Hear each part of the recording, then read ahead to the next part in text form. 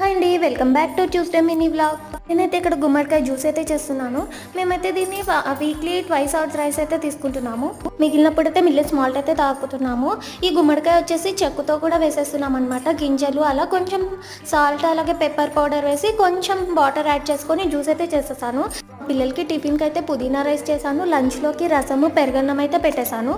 అలాగే స్నాక్స్ కోసం ఇలా కొన్ని చిప్స్ అయితే పెట్టేశాను. సో ఇలా పెద్దోడి లంచ్ బాక్స్ అయితే రెడీ అయిపోయింది. ట్యూస్డే రోజైతే నైట్కి టిఫినే చేస్తామన్నమాట. అందుకోసం అయితే ఇలా చపాతీ పిండి అయితే కలిపి పెట్టేశాను. ఒక బొంబాయి చట్నీ కోసం కూరగాయలన్నీ కట్ చేసి ఓవెన్లో పెట్టేస్తున్నాను. ట్యూస్డే వచ్చేసి ఆనియన్స్ గార్లిక్ కూడా తినమన్నమాట. అందుకే బొంబాయి చట్నీలో కూడా ఆనియన్స్ అయితే వేయలేదు. ఇక్కడ బొంబాయి చట్నీ రెడీ అయిపోయింది. అలాగే చపాతీలు కూడా కాల్చేసాను. ఆ తర్వాత నెక్స్ట్ డే కోసం ఇంకా దోసపిండి అయితే గ్రైండర్లో వేస్తున్నాను. ఇక్కడ దోసపిండి అయితే మెరిగిపోయింది అనమాట. ఇంకా పక్కన పెట్టేసి ఇంకా గ్రైండర్ అంతా క్లీన్ చేసుకొని అలాగే స్టవ్ అదంతా కూడా క్లీన్ చేసి పెట్టేసుకున్నాను. ఇంకా తర్వాత పిల్లల కోసం అయితే